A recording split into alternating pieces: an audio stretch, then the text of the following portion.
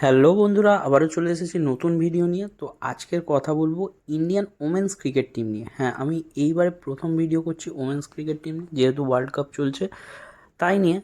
Facebook থেকে একটি লেখা পেয়েছি আমি, যেটার উপর ভিত্তি করেই এটা মূলত বলবো।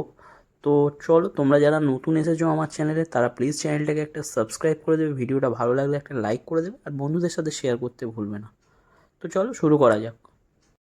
ইতিমধ্যেই লিখে ফেলেছি, নতুন করে লেখার ইচ্ছা ছিল না, কিন্তু দুটো ঘটনা ঘটেছে তাই পুনরাবৃত্তি করা। প্রথম ঘটনা দক্ষিণ আফ্রিকার বিরুদ্ধে রিচার ইনিংস। রিচা মহিলা বিশ্বকাপের দিকে আমজনতার নজর ঘোরাতে পেরেছে।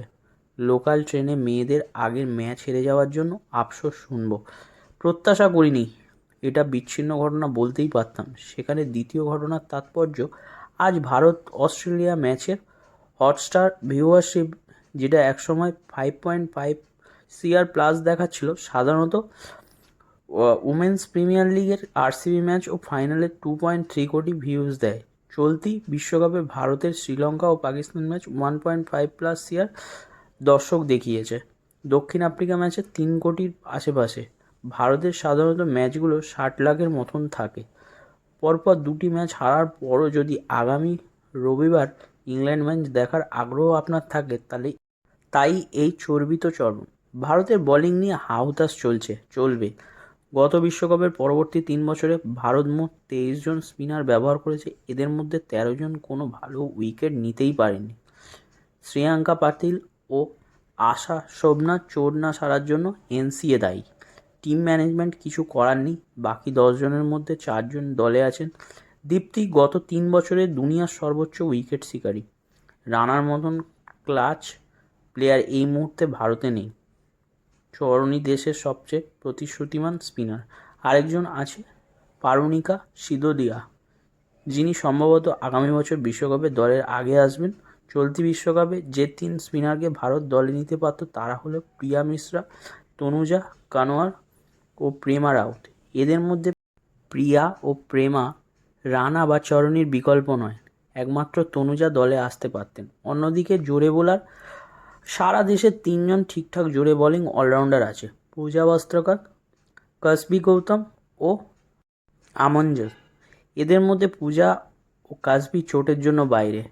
আমনজোস 6 ওভারের বোলার, এই বিশ্বকাপে সাধ্যতীত পারফরমেন্স দিয়েছেন এবং বাকি প্রতি 10 ওভার বল করালে যে কোনো দিনই সিরিজের বাইরে চলে যাবেন। ভারতের 5 বোলার থিওরি আধুনিক মহিলা ক্রিকেটে হাস্যকর, বিশেষত দিন রাতের ম্যাচে। একমাত্র টসে জিতে বল করলেই এই বোলিং চলতে পারে। সমস্যা হলো ভারত ছাড়া অন্য উপমহাদেশীয় দেশে দিন রাতের ম্যাচ হয় না, এবং উপমহাদেশের বাইরে শিশিরের সমস্যা নয়। অক্টোবরে ভারতীয় শিশির সব দলের কাছেই চ্যালেঞ্জ। শেষ করি 2 কিংবদন্তির মন্তব্য দিয়ে। প্রথমে ঝুলন গোস্বামী। প্রথমবার উমেন্স প্রিমিয়ার লিগ জেতার পর তাকে জিজ্ঞাসা করা হয়েছিল সাফল্যের কৌশল। ঝুলন বলেছিলেন, আমরা একজন কোয়ালিটি জোরে বোলার ও স্পিনারের সাথে যত বেশি সম্ভব অলরাউন্ডার কিনেছিলাম। প্রসঙ্গত এমআই দলটা অবশিষ্ট বিশ্ব একাদশ। বিশ্ব ক্রিকেটের এই পরিবর্তন অমল মজুমদার বুঝলেও তার হাতে রিসোর্স নেই এবং হারমানকে ছেঁটে ফেলার সাহস নেই।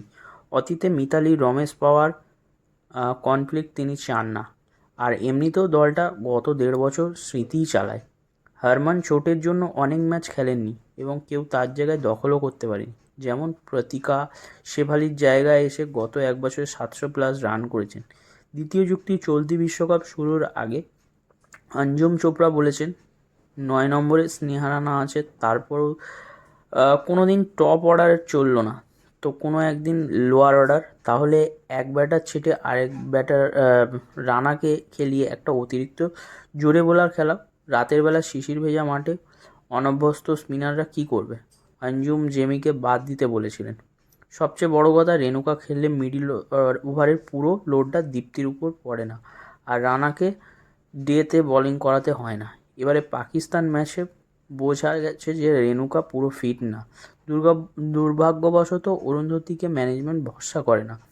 শেষ 10 ওভার 9টা ব্যাটসম্যান নিয়ে 40 রান উঠলে অরুন্ধতি খারাপ বিকল্প না।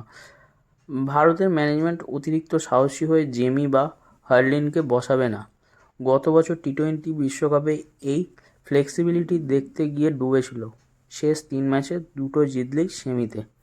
ব্যক্তিগতভাবে মনে করি ভারতের এই দলটা বিদেশি মহিলা কোচ দরকার, আর এনসিএতে বসে যারা প্লেয়ারদের ফিট সার্টিফিকেট দেয় তাদের কার্যপদ্ধতি পর্যালোচনা করা দরকার, কারণ এই ভারতীয় দলের চোট প্রবণতা ভবিষ্যতে আরও বাড়বে।